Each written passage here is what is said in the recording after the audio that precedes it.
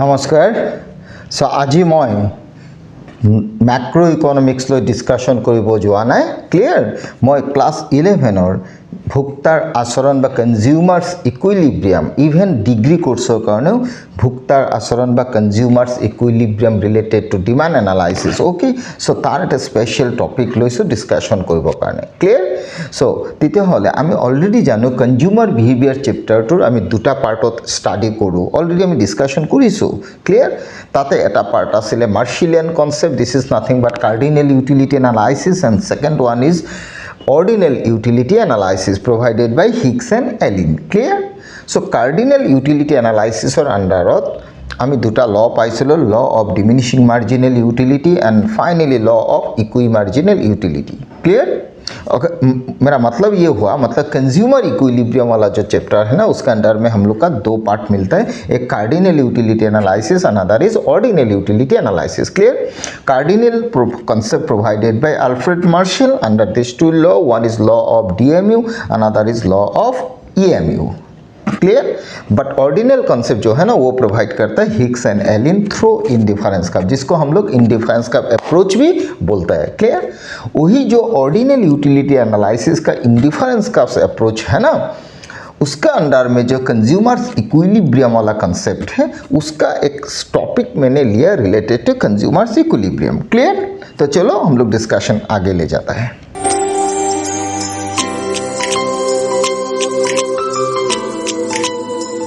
Consumers equilibrium. Clear?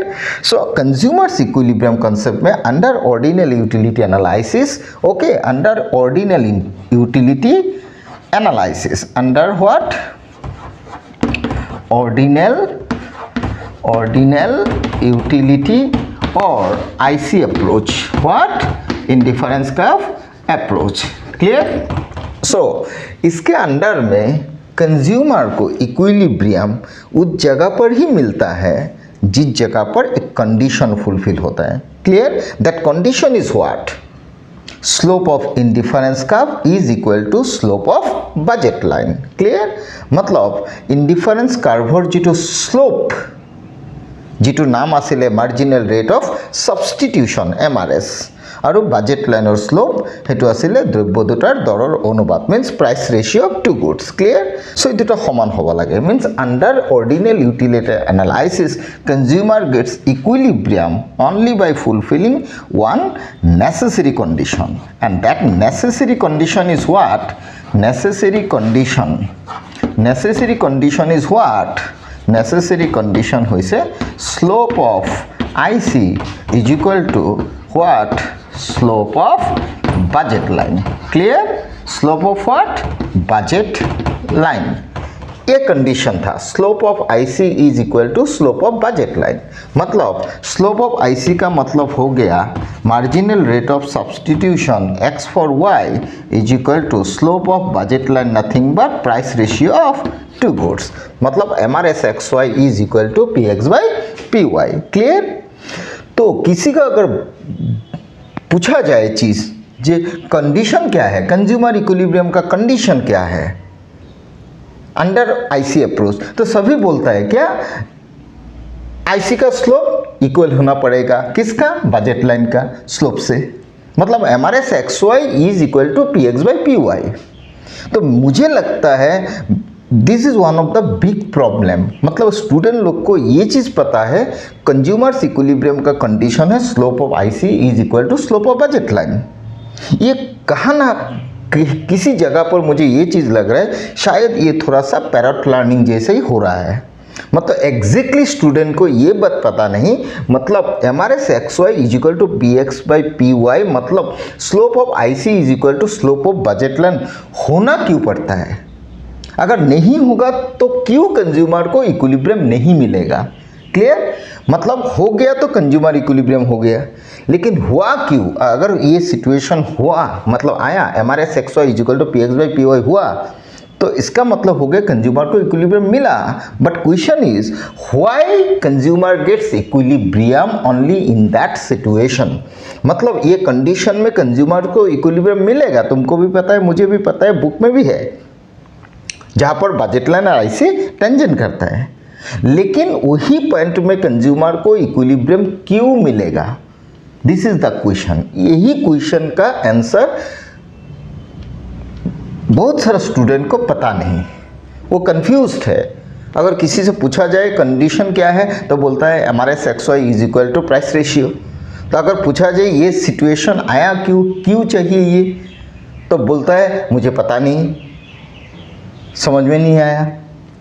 तो आज यही सवाल लेके मैं आया। क्लियर? तो क्यों ये कंडीशन तुमको फुलफिल करना है, इसलिए शायद मैंने लिख दिया, देखो, for a consumer to be in equilibrium why must MRS be equal to the price ratio of the two goods. मतलब MRS X Y price ratio से समान क्यों होना पड़ता है?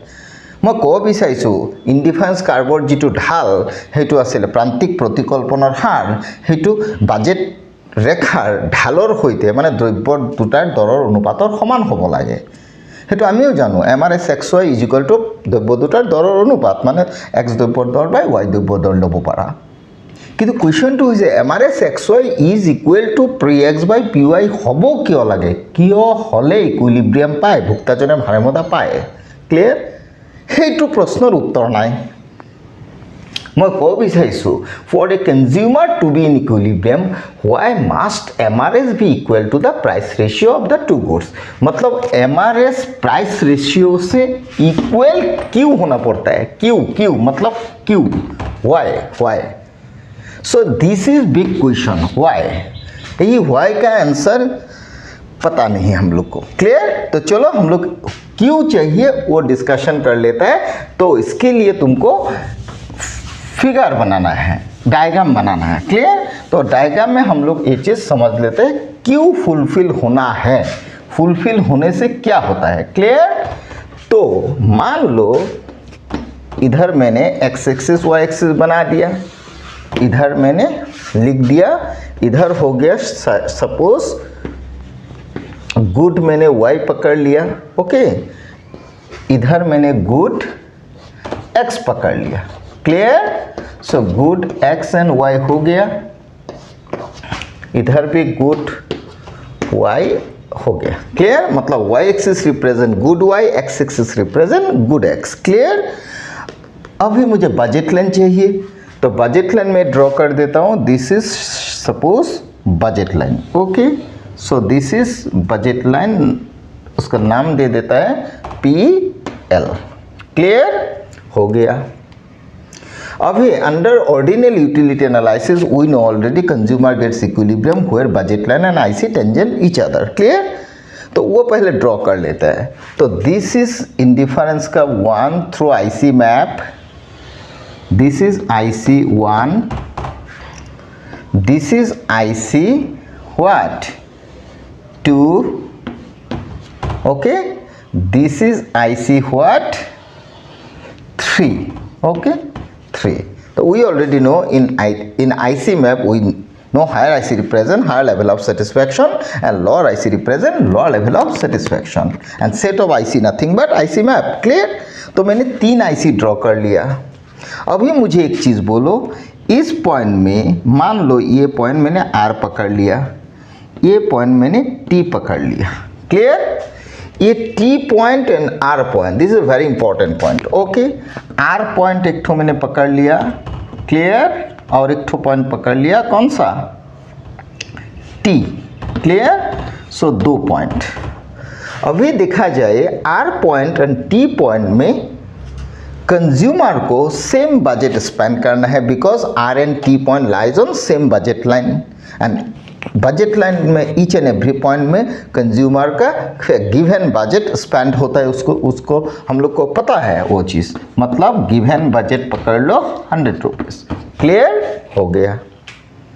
प्राइस एक्स मतलब प्राइस रेशियो निकालना है। प्राइस मान लो एक्स का पकड़ लो पर यूनिट का 10 और वाई का पकड़ लो सपोज पर यूनिट का 5। क्लियर? हो गया।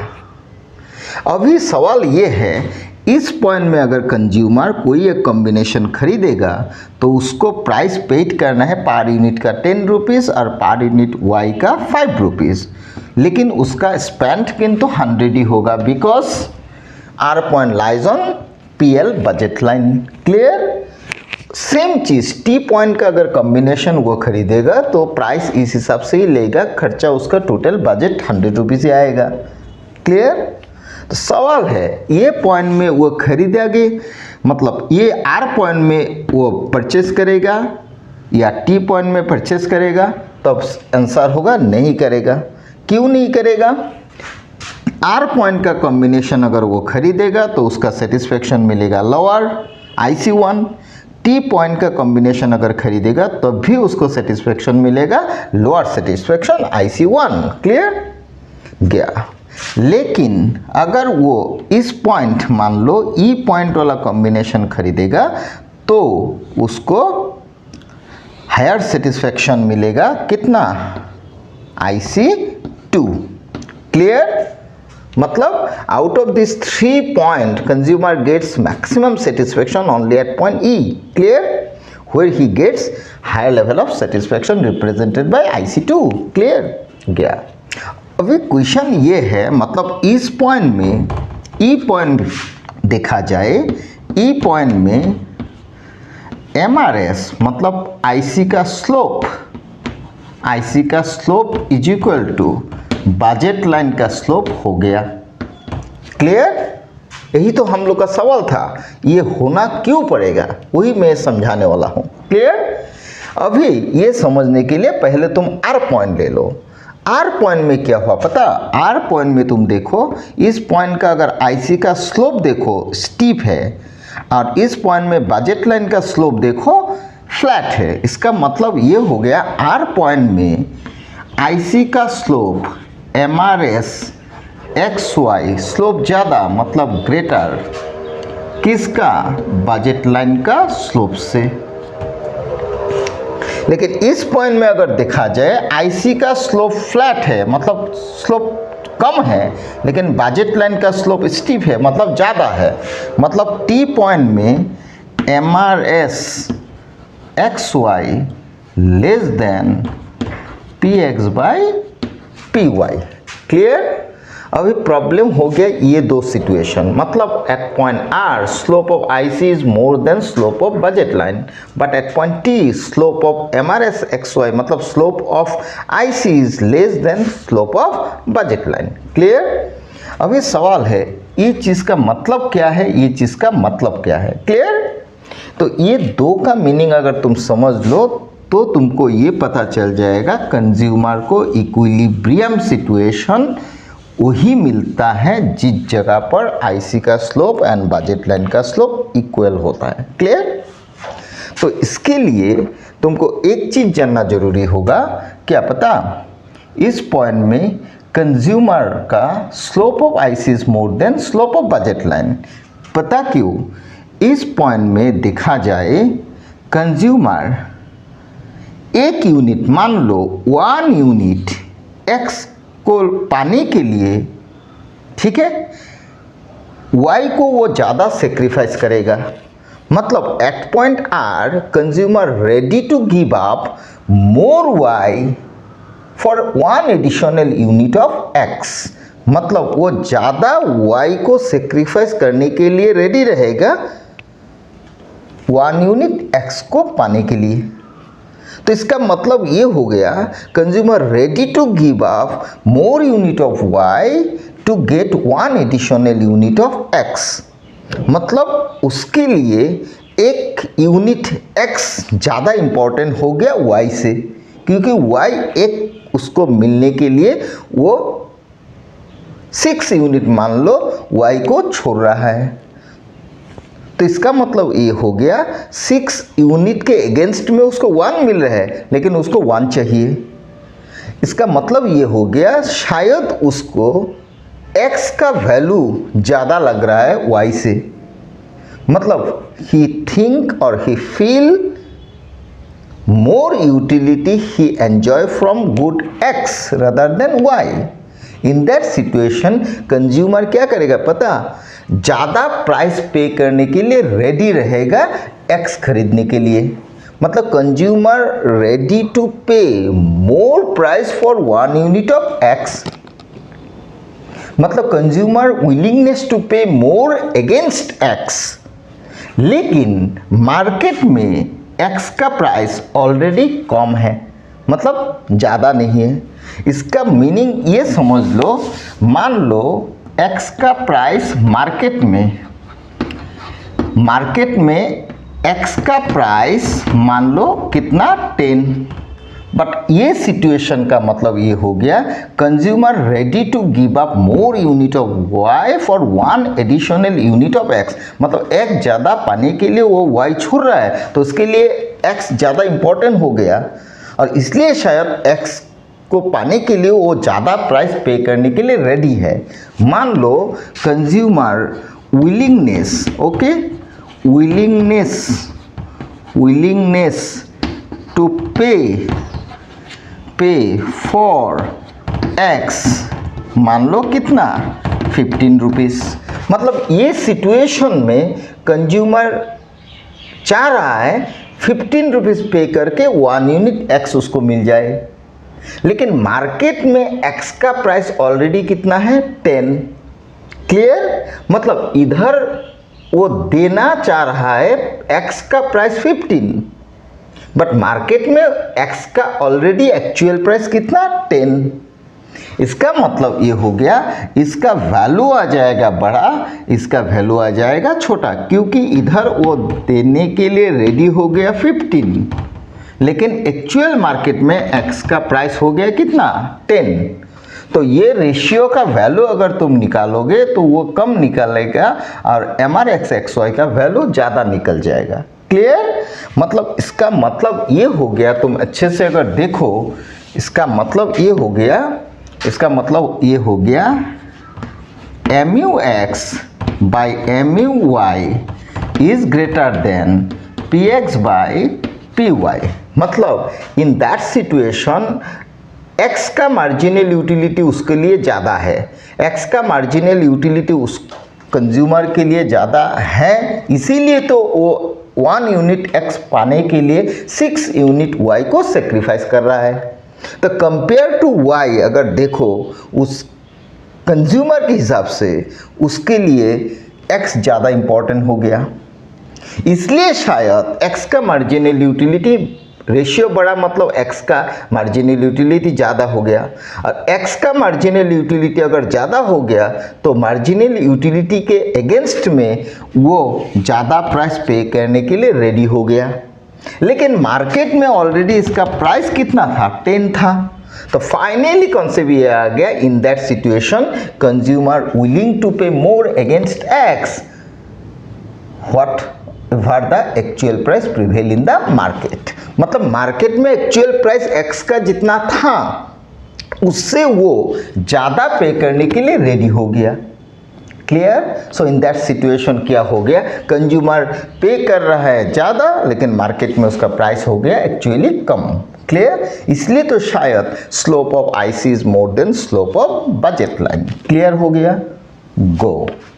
बट एट पॉइंट टी अगर देखो, एट पॉइंट टी में क्या होगा, एट पॉइंट टी में ये चीज़ होगा, क्या होगा पता, एट पॉइंट टी में कंज्यूमर क्या होगा, MRS, मतलब पॉइंट टी में अगर देखो तो MRS XY less than PX by PY, इसका मतलब ये हो गया MRS XY nothing but MUX by MUY less than PX by PY। Clear, इसका मतलब ये हो गया in that situation consumer willing to pay less, मतलब कंज्यूमर ये सिचुएशन में उसका हाथ में एक्स ज़्यादा आ गया तो वो क्या करेगा, एक्स 1 यूनिट पाने के लिए वाई का सेक्रीफाइस उतना नहीं करेगा।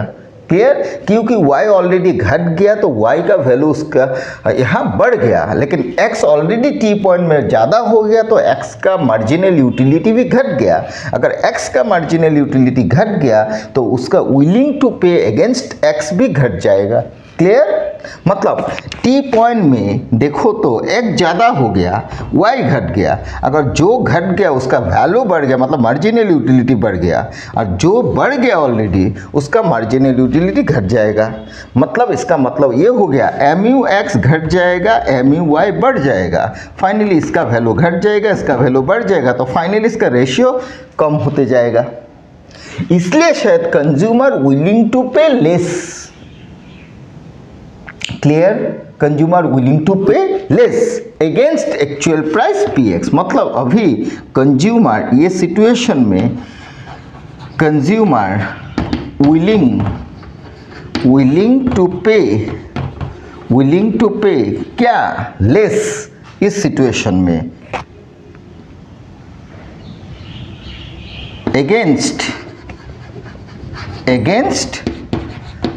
Against what? मार्केट प्राइस, मतलब px। मतलब मार्केट में प्राइस चल रहा है कितना? 10। तो कंज्यूमर विलिंग टू पे कितना होगा? विलिंग टू पे होगा, मान लो कंज्यूमर का विलिंगनेस टू पे हो जाएगा विलिंग टू पे। ओके, सो विलिंग टू पे हो जाएगा, मान लो px इज इक्वल 8। मतलब मैं बोलना चाहता हूँ मार्केट में एक्चुअल प्राइस 10 था, but consumer in that situation willing to pay 8, लेकिन मार्केट में प्राइस हो गया कितना? 10। तो अगर ये 10, ये तो 5 था ही, तो 10/5 करने से 2 आएगा, लेकिन इधर कंज्यूमर विलिंग टू पे हो गया 8, तो इसका रेशियो गिर जाएगा। Clear? So in that situation consumer willing to pay less against actual price. Clear? इसका मतलब ये हो गया, ये सिचुएशन में कंज्यूमर मार्केट में एक्स का प्राइस जितना था उससे ज़्यादा देने के लिए वो रेडी होगा। इस पॉइंट में एक्चुअल प्राइस मार्केट में जितना था एक्स का, उसका विलिंग टू पे कम होते जाएगा। क्लियर? मतलब दोनों साइड अगर देखा जाए एमआरएस एक्सवाई का वैल्यू और px/py का जो रेशियो का वैल्यू वो इक्वल नहीं होगा। ऊपर ग्रेटर देन हो जाएगा एमआरएस एक्सवाई और नीचे एमआरएस एक्सवाई लेस होते जाएगा अगेंस्ट px/py। क्लियर? तो फाइनली कंज्यूमर तब क्या करेगा? इन दैट सिचुएशन कंज्यूमर इस हिसाब से एक्सचेंज करते जाएगा until and unless MRS XY is equal to px/py। Clear? मतलब मान लो मार्केट में MRS XY is equal to px/py। MRS XY nothing but delta y by delta x। तो delta y by delta x मान लो, ये y का जो sacrifice मान लो 6, अगर 1 है, मतलब इस जगह पर मान लो ये हो गया कितना? ये हो गया 3। क्लियर? ये हो गया 3, ये हो गया मान लो कितना? 6। तो इस पॉइंट में अगर 12 था, इधर से इधर आ गया तो 6 चेंज हुआ y का, और इधर मान लो 1 था, इस जगह पर 2 हो गया। तो R2E पॉइंट में y का चेंज हो गया 6 यूनिट, बट R2E पॉइंट में x का चेंज हो गया 1 यूनिट। तो फाइनली तुमको मिल गया इधर एमआरएस XY का वैल्यू कितना? 6। क्लियर? 6। और उधर तुम्हारा px/py का जो रेशियो है ना, वो भी तुम्हारा 6 होना पड़ेगा। मतलब इधर था 10, इधर था कितना? 5। तो 5 हो गया तो इधर वैल्यू आ जाएगा 2। क्लियर? लेकिन 2 आएगा तो वैल्यू नॉट इक्वल मिलेगा। नॉट इक्वल मिलेगा मतलब एमआरएस XY का जो वैल्यू वो ग्रेटर देन हो गया, px/py कम हो गया। क्लियर हुआ? लेकिन ई पॉइंट के अगेंस्ट में अगर देखा जाए, क्या एमआरएस XY का वैल्यू और प्राइस रेशियो का वैल्यू इक्वल हुआ। क्लियर? इक्वल हुआ, इसका मतलब ये हुआ, मैं फिर बोल रहा हूँ, आर पॉइंट में देखा जाए MRS, okay, MRS XY greater then px/py। इसका मतलब ये हो गया आर पॉइंट में mu(x/mu(y) greater than px/py। In that situation consumers gets more utility from x, तो ये बढ़ जाएगा और y का घट जाएगा। Clear? So in that situation consumer क्या होगा? willing to pay more price of X against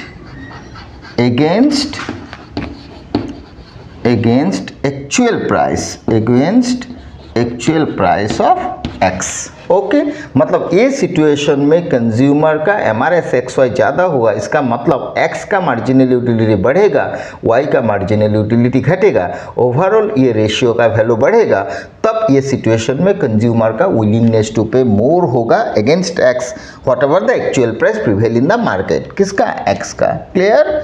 तो ये रेशियो इक्वल नहीं होगा। लेकिन ये एक ठो सिचुएशन हो गया। क्लियर? लेकिन अगर देखा जाए MRS XY less than PX by PY हो गया मान लो, इसका मतलब ये हुआ ये जो रेशियो है ना MUX बाई MUY, ये रेशियो में X का मार्जिनल यूटिलिटी घट जाएगा, Y का मार्जिनल यूटिलिटी बढ़ जाएगा, तो फाइनली ये रेशियो का वैल्यू घट जाएगा against what? Price of two goods. Clear? तो ये सिचुएशन अगर आएगा तो कंज्यूमर का क्या होगा? Willing, okay, so willing to pay less हो जाएगा,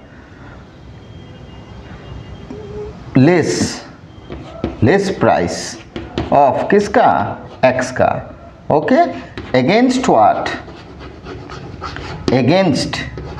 against actual price of X।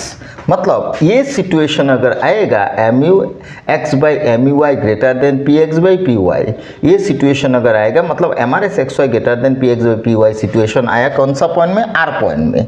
तो वो पॉइंट में क्या होगा? X का मार्जिनल यूटिलिटी बढ़ेगा, Y का मार्जिनल यूटिलिटी घटेगा। क्लियर? तो in that situation consumer willing to pay more price against X whatever the actual price prevail in the market of good X। Clear? तो T point अगर मिलेगा तो T point के against में क्या होगा? T पॉइंट के against में देखा जाए तो MRS XY less than price ratio of two goods. In that situation क्या होगा? X का मार्जिनल यूटिलिटी घटेगा, X का मार्जिनल यूटिलिटी घट जाएगा, Y का मार्जिनल यूटिलिटी बढ़ जाएगा। मतलब in that situation consumer willing to pay less for good X but consumer at the same time willing to pay more price for Y good. Clear? तो in that situation consumer X के हिसाब से अगर देखा जाए price कम पे करने के लिए रेडी होगा जो मार्केट में प्राइस चल रहा है। क्लियर? तो finally price ratio of two goods is more than MRS XY। Clear? So इस हिसाब से कंज्यूमर इस हिसाब से एक्सचेंज करते जाएगा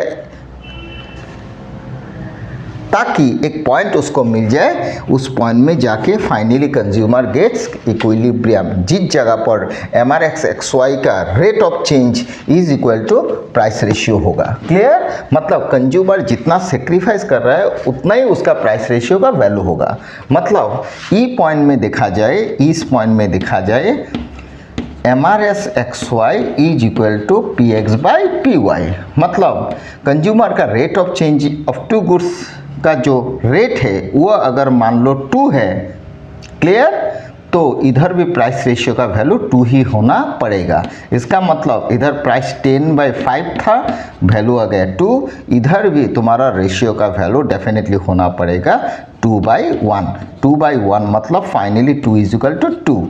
क्लियर? मतलब उधर Y का गिव अप का वैल्यू जितना होगा, Y का गिव अप का वैल्यू जितना होगा, मतलब हमारे XY नथिंग बट Y का गिव अप ही है। ठीक है? सो Y का गिव अप का वैल्यू जितना होगा उतना ही प्राइस रेशियो का वैल्यू भी होना पड़ेगा। मतलब MRS XY if 2 then definitely price ratio भी होना पड़ेगा 2। Clear? Finally in that situation consumer stay on that point. In that situation consumer have no tendency to move up और डाउन। मतलब कंज्यूमर नीचे भी नहीं जाएगा, इधर भी नहीं आएगा, उधर भी नहीं जाएगा। Finally consumer stay on that point. Clear? इसीलिए शायद, क्लियर, कंज्यूमर्स इक्विलिब्रियम का फाइनल कंडीशन हो गया, but it is not sufficient condition but first order condition, necessary condition बोल सकते हो। What? Slope of IC is equal to slope of budget line. Clear? मतलब MRS XY is equal to PX by PY। Clear?